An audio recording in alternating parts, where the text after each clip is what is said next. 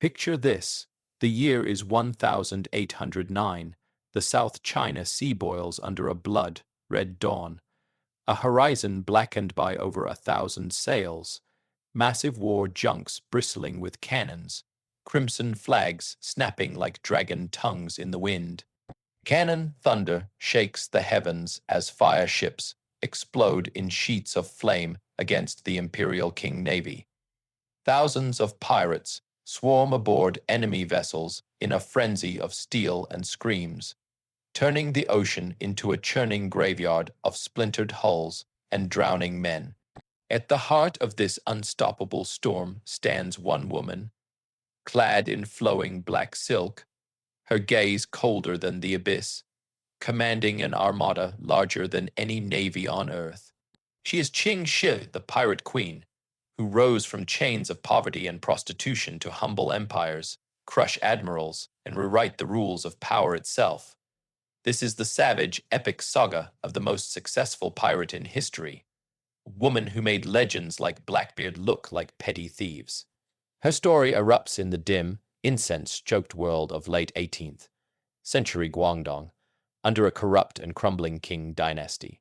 Born Shiyong around 1775 in poverty, stricken poverty, she was thrust into the floating flower boats of Canton, opulent yet brutal brothels drifting on the Pearl River, where women like her entertained merchants, sailors, and officials in a life of silk veils and hidden despair.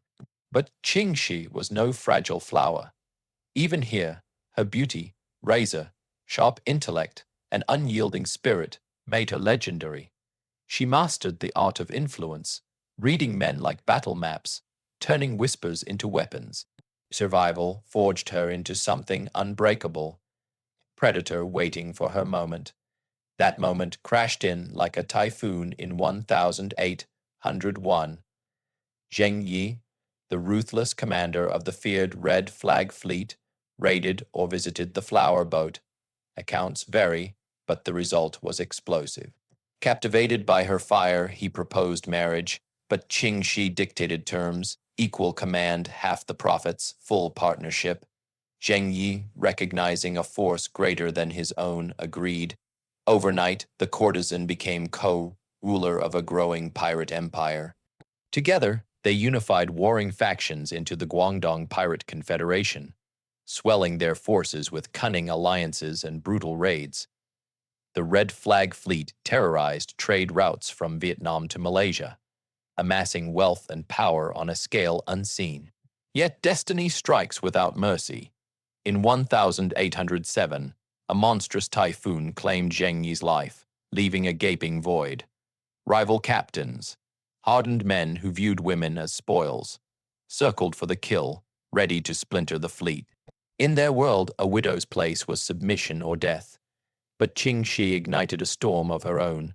With ruthless speed, she allied with, and later married, Chung Po Tsai, her fierce adopted son and lover, a battle-hardened prodigy.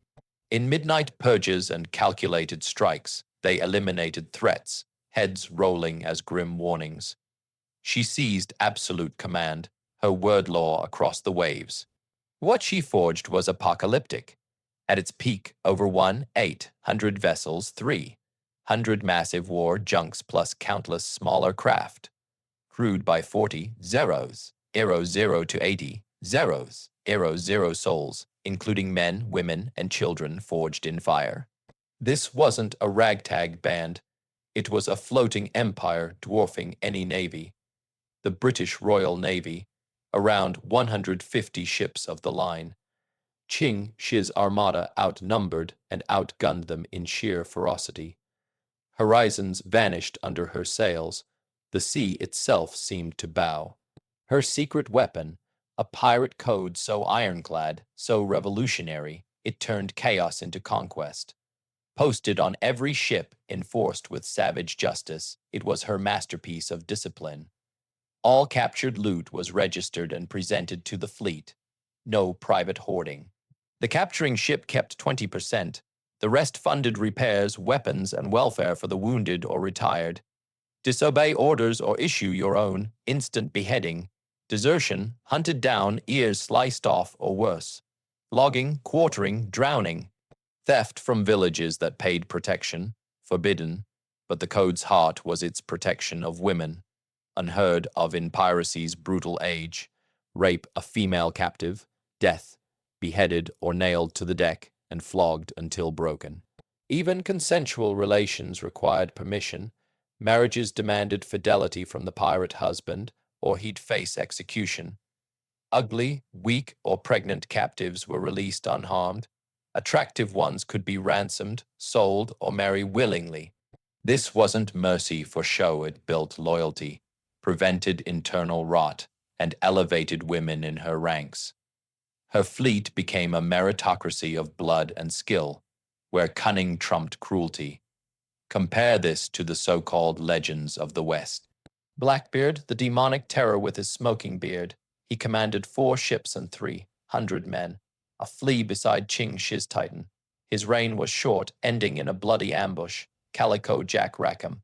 A flamboyant captain with a handful of vessels, famous more for his Jolly Roger and crewmates Anne Bonny and Mary Reid than victories. He was captured drunk, begging for mercy. Anne Bonny and Mary Reid, fierce women disguised as men, fought bravely but under male captains, their stories' tragic ends in chains or obscurity. Ching Shih, she crushed navies. The Qing dynasty, humiliated, sent fleets under admirals like Kuo Lang. Her junks lured them into traps, via ships blazing into imperial lines, broadsides shattering hulls, boarding parties hacking through smoke in slaughterhouse frenzy. One battle trapped the navy in a bay.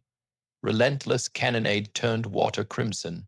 Kuo Lang suicided in shame. Portuguese warships from Macau, ambushed and overwhelmed, their advanced guns seized. The British East India Company lost convoys of opium and silver, captains whispering in terror of her invincible Armada.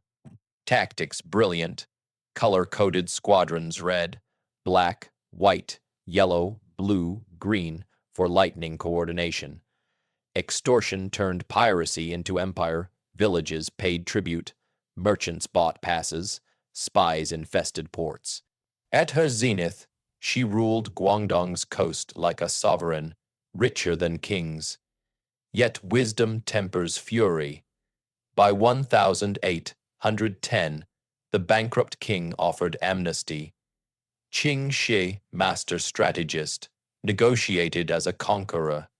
Keep all loot, honorable retirement, naval commissions for her pirates. They surrendered. At 35 undefeated, she married Chung Po Tsai, ran gambling houses and smuggling, dying peacefully in 1844 at 69. A fate no Western pirate dreamed. Ching Shih didn't just pirate. She built an empire from ashes, humbled superpowers, protected the vulnerable amid savagery, and retired a legend. Blackbeard, Calico Jack, and Bonny, they burned bright but brief. She eclipsed them all. Largest fleet, strictest code, greatest victories, ultimate triumph. Her story screams defiance, from brothel to throne, proving power bows to no fate, no gender, no empire. If this thunderous tale of the ultimate rebel queen left you breathless, smash like, subscribe for more blood-soaked epics of history's unforgiving icons, and comment who stacks up against Ching Shih or dares challenge her crown. Share this to unleash her legend once more. Thank you for braving these merciless seas with me. Until the next conquest, raise your flag high and make empires tremble.